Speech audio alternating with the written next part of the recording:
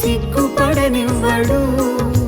కనికరపూర్ణుడే నీ కన్నీరు తుడుచును. సీయోను దేవుడే నేను సిగ్గుపడనివ్వడు. కనికరపూర్ణుడే నీ కన్నీరు తుడుచును. అసమానుడైన వాడు అవమానపరచడు నిన్ను. ఓటమి ఎరుగని మన దేవుడు